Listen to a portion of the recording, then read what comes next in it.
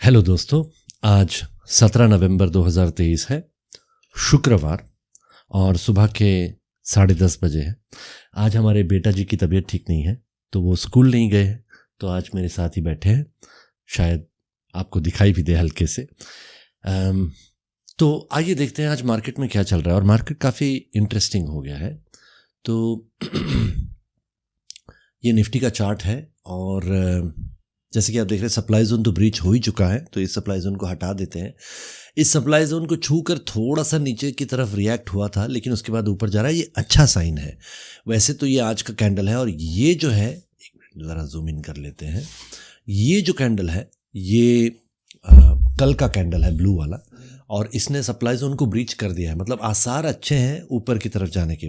मुझे ऐसा लगता है कि जो हम लोग ने मार्केट में डाउन टर्न देखा था वो अब धीरे से ख़त्म हो जाएगा और ट्रेंड अपवर्ड हो जाएगा। अगर ये पिंक वाला जो सप्लाई जोन है ये ब्रीच हो जाता है, तो इसका मतलब ये हुआ कि मार्केट अब ऊपर की तरफ जाना फिर से शुरू हो चुका है। तो आइए देखते हैं आज हमारे पसंदीदा स्टॉक कैसा कर रहे हैं। हम लोग इसको सॉर्ट कर लेते हैं आज के चेंज के मुताबिक। पहला स्टॉक है बजाज फाइनेंस।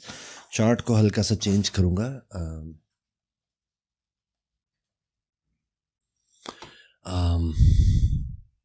तो अपने डिमांड जोन से काफ़ी दूर है बजाज फाइनेंस, तो यहाँ पर करने के लिए वैसे कुछ है नहीं। ICICI बैंक देखते हैं, तो ICICI बैंक भी अपने डिमांड जोन से काफ़ी दूर है। हेवल्स देखते हैं, हेवल्स भी अपने डिमांड जोन से काफ़ी दूर है, तो करने के लिए कुछ नहीं है फ़िलहाल। कंटेनर कॉरपोरेशन तो खैर सप्लाई जोन ब्रीच कर चुका है, तो अब ये तो प्रॉपर ऊपर की तरफ है। हम लोग अगला पड़ाव देखते हैं क्या है। तो मैं अगर इस टारगेट को लेके यहाँ रख देते हैं, तो अगला पड़ाव होगा 825 रुपये 65 पैसे। अगर वहाँ जाता है तो हम फिर से थोड़ा सा बेचेंगे, अगर नीचे की ओर आता है तो ख़रीदेंगे, या फिर हम किसी नए लेवल के बनने का इंतज़ार करेंगे। तो अगला देखते हैं टाइटन काफ़ी ऊपर है, अब ट्रेंड ऊपर की तरफ जाना शुरू कर चुका है, मतलब हमारा सब कुछ ग्रीन में दिख रहा होगा। रिलायंस भी ऊपर जा रहा है, सब कुछ ही अब ऊपर जा रहा है। इसका रिलायंस का सप्लाई जोन यहाँ था जो कुछ ही दिन पहले ब्रीच हो चुका है, तो हमने अगर अपना यहाँ पर ट्रेड लगाया था अराउंड 2200 के आसपास या 2100 के आसपास, तो अभी हमारा रिलायंस प्रॉफिट में दिखना चाहिए। इसको हम लोग 2700 के आसपास पहुंचने तक का इंतज़ार करेंगे, और उसके बाद हम अपना प्रॉफिट बुक करेंगे। रिमेंबर, रिलायंस एक साइक्लिकल स्टॉक है, तो इसे हम खरीदते बेचते रहते हैं। TCS देखते हैं। TCS भी ऊपर की तरफ बढ़ना शुरू हो चुका है। इसका अगला सप्लाई जोन 3600 के आसपास है, तो अभी फ़िलहाल करने के लिए कुछ नहीं।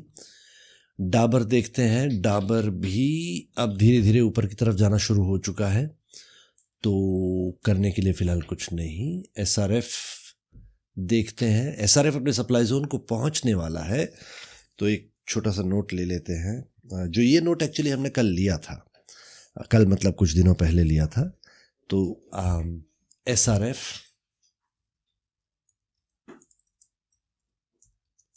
सेल एट, क्या टारगेट लगाए, 2390। Sell some at 2390.00 if getting 20% profit, or do not sell all. This is a long term stock. ठीक है, ये हो गया नोट। मेरा चार्ट खराब हो गया किसी कारणवश, इसे ठीक कर लेते हैं। D, ठीक है, तो ये हो गया। अब जाते हैं टाटा कंज्यूमर। टाटा कंज्यूमर ऊपर की तरफ जा रहा है, अभी करने के लिए कुछ नहीं। वोल्टास देखते हैं। वोल्टास बीच ही में कहीं है, इसको 755 के आसपास जाने का इंतज़ार करेंगे, या ऊपर 912 के आसपास तक जाने का इंतज़ार करेंगे। रामको सीमेंट करने के लिए फ़िलहाल कुछ नहीं। एस्ट्रल देखते हैं। एस्ट्रल भी अपने डिमांड जोन या सप्लाई जोन से काफ़ी दूर है, तो करने के लिए कुछ नहीं। डिवीज लैब भी बीच ही में घूम रहा है, अभी तो मार्केट ऊपर की तरफ जा रहा है, तो करने के लिए कुछ नहीं।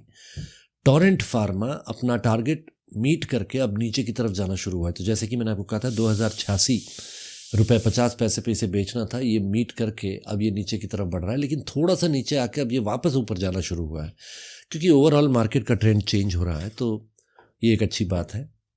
पीआई इंडस्ट्रीज अपने सप्लाई जोन की तरफ बढ़ रहा है, तो आइए उसका भी नोट ले लेते हैं।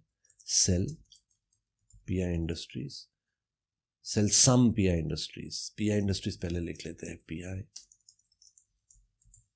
Cell some at 3818.00 if getting 20% profit. Do not sell all. This is a long term stock. बढ़िया है। उसके बाद आगे बढ़ते हैं पिडिलाइट इंडस्ट्रीज भी अपने सप्लाई जोन की तरफ बढ़ चुका है। एक छोटा सा सप्लाई जोन मैंने लगाया था, ये ब्रीच हो चुका है, तो इसको हटा देते हैं। अभी अगला इसका पड़ाव है 2574 के आसपास, जहाँ से ये हो सकता है कि टर्न हो। इसका DATR 50 रुपये है, तो अभी 2500 पे है, तो 2560 2570 तक जा सकता है, तो हम इसका भी नोट ले लेते हैं। Pidilite industries sell some at 2574.85 if getting 20% profit. Do not sell all. This is a long term stock. ठीक है, ये बेचने का काम हम इसलिए करते हैं क्योंकि हर रोज़ तो आदमी पैसे लगा नहीं सकता है नए अपनी जेब से, तो थोड़ा सा अगर प्रॉफिट बुक कर ले तो लिक्विडिटी मिल जाती है, जिससे हम वो स्टॉक्स खरीद सकते हैं जो अभी अच्छे प्राइस पे खरीदने के लिए मिल रहे हैं या जिसका प्राइस अभी कम है। लेकिन इस बात का ध्यान रहे कि अगर हम ज़्यादा बेचेंगे और ज़्यादा खरीदेंगे तो शॉर्ट टर्म टैक्स लग सकता है, शॉर्ट टर्म प्रॉफिट टैक्स, तो उसका ध्यान रहे। अपने फाइनेंशियल एडवाइज़र या चार्टर्ड अकाउंटेंट से ज़रूर बात कीजिए कुछ भी बेचने या खरीदने से पहले। ठीक है, मैं तो अपना लॉजिक बताता हूँ कि मैं कब खरीदता बेचता हूँ और मैं अपना टैक्स अपने हिसाब से मैनेज करता हूँ, तो आपको भी इस बात का ध्यान रखना चाहिए। एशियन पेंट देख रहे हैं, तो एशियन पेंट का भी अगला पड़ाव 3330 है। इसका DATR 44 रुपये है, अभी 3200 पे है, मतलब ये 3220 पे है, यानी 3260-65 तक जा सकता है। हमें 3330 तक जाना है, मतलब अभी करने के लिए कुछ नहीं। अच्छा, आज हम एक फाइनेंशियल एनालिसिस देखेंगे। कुछ दिन पहले एक फाइनेंशियल रिपोर्ट आया था, कौन सा रिपोर्ट था याद करने की कोशिश करा, इंडियन ऑयल्स कॉरपोरेशन का था शायद। आइए इसका इंडियन ऑयल्स कॉरपोरेशन का रिपोर्ट खोलते हैं जी। तो ये एक ईमेल आया था इंडियन ऑयल्स कॉरपोरेशन का, फाइनेंशियल रिजल्ट्स, ये अनऑडिटेड है मेरा ख्याल है, एक मिनट देख लेते हैं। अनऑडिटेड फाइनेंशियल रिजल्ट्स है, ये आया था कुछ दिन पहले मेरे पास। मतलब खैर फाइनेंशियल रिजल्ट्स स्टडी करने के लिए कोई मतलब इमीडिएटली स्टडी करना ज़रूरी नहीं है। तो जैसे कि मैंने आपको एक बार पहले कहा था कि कितना स्टॉक को डाइवर्सिफाई करना है या कितने स्टॉक्स खरीदने हैं, एक अच्छा तरीका होता है देखने का ये कि आप कितने फाइनेंशियल रिजल्ट्स पढ़ सकते हैं, क्योंकि अगर आप स्टॉक होल्डर हैं तो आप एक कंपनी के इन्वेस्टर हैं और ये ज़रूरी है कि आप उस कंपनी के फाइनेंशियल रिजल्ट्स को समय समय पढ़ते रहें। अगर आपके पास बहुत सारे स्टॉक है और आपके पास फाइनेंशियल रिजल्ट्स पढ़ने का समय नहीं है, तो इसका मतलब ये है कि आपको थोड़ा कंसोलिडेट करने की ज़रूरत है। तो आइए देखते हैं IOC के फाइनेंशियल रिजल्ट्स। ये शुरुआत में तो थोड़े ईमेल्स वगैरह है और उसके बाद नीचे जाते हैं, तो ये है 2022 सितंबर का और ये 1000 के नंबर्स, और ये है 2023 सितंबर के नंबर्स। तो हम साइड बाय साइड कंपैरिजन करेंगे। सबसे पहले देखते हैं टोटल इनकम। तो टोटल इनकम इन लोग का 2,30,557 करोड़ था 2022 सितंबर में। अभी 2,03,300 करोड़ के आसपास है। इसका मतलब ये हुआ कि इसका इनकम एक्चुअली कम हुआ है पिछले एक साल में। उसके बाद देखते हैं एक्सपेंसेस। तो एक्सपेंसेस इनका पिछले साल 2,30,800 करोड़ के आसपास था। इस साल उनका 1,86,00,000 के आसपास है। इसका मतलब एक्सपेंसेस काफ़ी कम हुआ है, तो इसका मतलब ये भी हुआ कि प्रॉफिट इन लोगों का ज़रूर बढ़ा होगा। तो ये 244 करोड़ का इन्होंने पिछले साल लॉस किया था। इस साल इन्होंने 17,170 करोड़ के आसपास प्रॉफिट किया है। तो इनका मतलब प्रॉफिट बिफोर टैक्स जो है वो काफ़ी बड़ा है। तो इंडियन ऑयल कॉरपोरेशन ने पिछले साल के मुकाबले इस साल बिजनेस बहुत अच्छा किया है। बाकी तो ये नेट प्रॉफिट दिखा रहा है। नेट लॉस था पिछले साल 272 करोड़ का, इस साल 12,900 करोड़ का प्रॉफिट किया है। मतलब बिजनेस अच्छा हुआ है, जैसे कि हमने पहले ऑलरेडी देखा। टोटल कॉम्प्रिहेंसिव इनकम 3,000 करोड़ के आसपास लॉस था, यानी कि इनकम तो नहीं था, एक्सपेंडिचर था। इस साल 16,500 करोड़ का प्रॉफिट मतलब इनकम हुआ है, तो जी बहुत ही अच्छी बात है, कंपनी ने अच्छा किया है। एसेट्स वर्सेस लायबिलिटीज़ अगर देखें तो इन लोगों के एसेट्स मार्च 2023 में एसेट्स 2,70,000 करोड़ था, अभी 2,86,000 करोड़ है। और ये 3 क्वार्टर्स का रिजल्ट है, मतलब ये मार्च में पूरे साल का था और ये मार्च से लेकर अभी तक 3 क्वार्टर में ऑलरेडी ये लोग थोड़ा सा ऊपर जा चुके हैं। 3 महीने और बचे हैं, तो एसेट्स बढ़ सकते हैं। लायबिलिटीज़ का तो ऐसा है, तो लायबिलिटीज़ कहाँ है देखते हैं। और कुछ एसेट्स है जो फॉर सेल है, ठीक है। तो ये टोटल एसेट्स दिखा रहा है, इक्विटी अच्छा, तो यहाँ पर total assets equities and liability section में अगर देखें तो ये जो इक्विटी है, ये इक्विटी में इन लोगों के एसेट्स है, पिछले साल थे 1,30,000 करोड़, इस साल है 1,60,000 करोड़। 3 महीने में अच्छा ग्रोथ मिला है।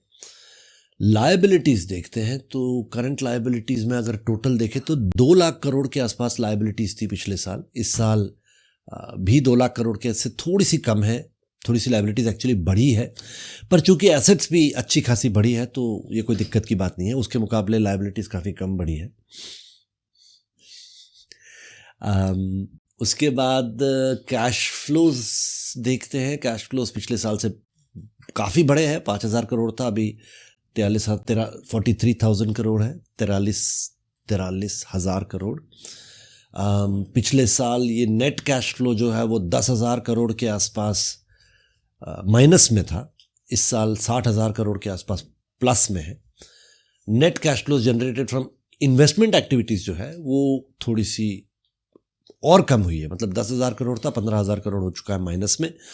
अब हर चीज़ तो अच्छा नहीं ना हो सकता, कभी कुछ ख़राब भी हो जाता है, तो ये 10,000 करोड़ का 15,000 करोड़ माइनस में गया है, तो ये बहुत अच्छी बात नहीं है। ओवरऑल अगर देखें आप तो कंपनी ने बुरा नहीं किया है, कंपनी ने डिसेंट बिजनेस किया है। अब वैसे तो इंडियन ऑयल कॉरपोरेशन में मतलब इन्वेस्ट करना मेरे पसंदीदा स्टॉक्स में नहीं है, क्योंकि मोस्टली मैं PSUs में ज़्यादा इन्वेस्ट नहीं करता। आप देखेंगे बैंक्स में SBI नहीं है, इंडियन ऑयल कॉरपोरेशन मेरा ये पेट्रोकेमिकल्स में नहीं है। और उसका कारण ये है कि मुझे लीडरशिप पे भरोसा नहीं है।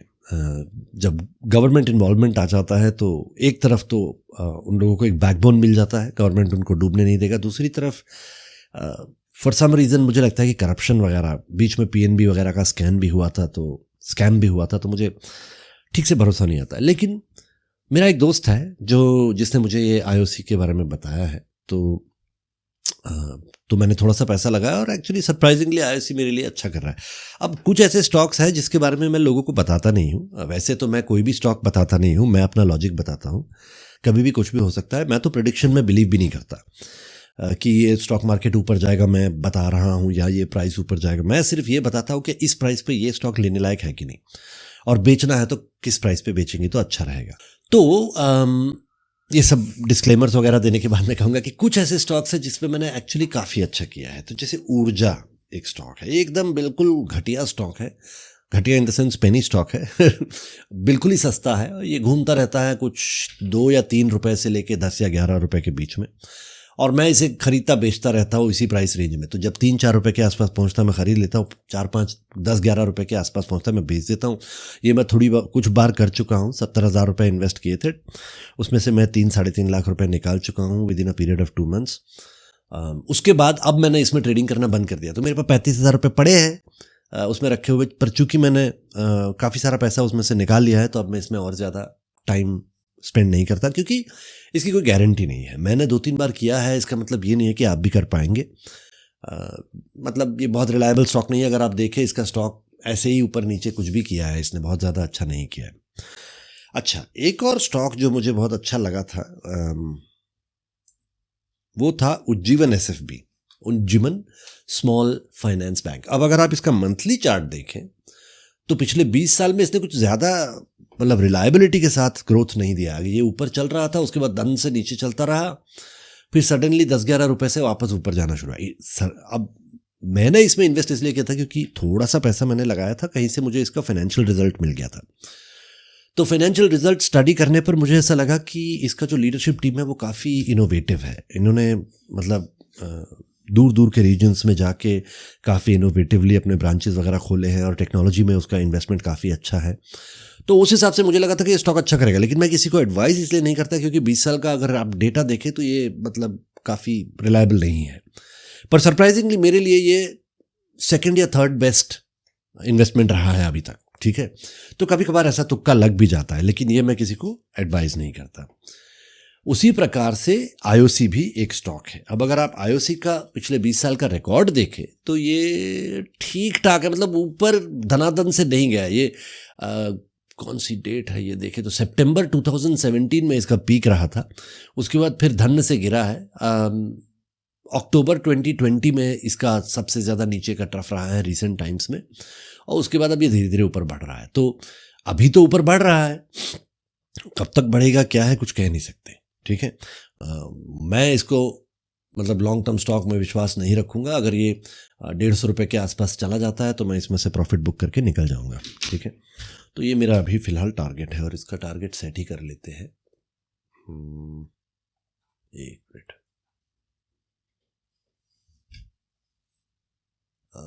एंट्री मान लीजिए इसको यहाँ लगा लेते हैं और टारगेट जो है उसको यहाँ पे लगा देते हैं 150 के आसपास। ठीक है, ठीक है, तो ये हो गया इंडियन ऑयल्स कॉर्पोरेशन।